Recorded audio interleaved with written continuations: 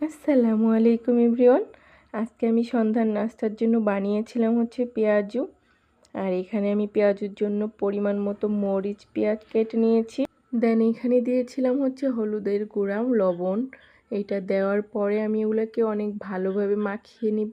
আর মাখিয়ে নেওয়ার পরে এই পেঁয়াজ আর মরিচটা দেখো কত সুন্দর কালার এসেছে, দেখতে কি যে সুন্দর লাগতেছিল।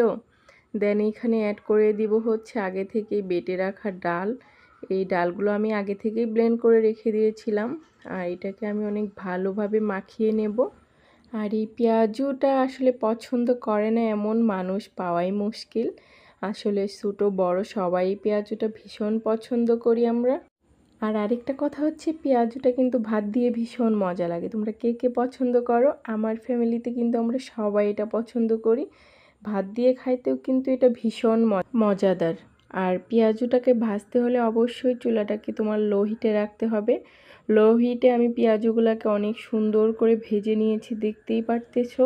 আর পেঁয়াজুটা ভাজার জন্য কিন্তু আমি এখানে এক্সট্রা কোনো মশলা ইউজ করিনি। অনেকে অনেক কিছু অ্যাড করে থাকে এটা মচমচে হওয়ার জন্য, বাট আমি এমনি করেছি, তবুও কিন্তু অনেক মচমচে হয়েছিল। এভাবে একবার ট্রাই করে দেখতে পারো তোমরা, আসলে অনেক মজাদার ছিল এই পেঁয়াজুটা। আর পেঁয়াজুর জন্য যে ডালটা মূলত সেটা হচ্ছে খেসারির ডাল। আমি কিন্তু এখানে খেসারির ডালটা ইউজ করিনি, আমি তো এখানে অ্যাঙ্করের যে ডালটা এই ডালটা ইউজ করেছি, তবুও কিন্তু অনেক মচমচা হয়েছিল।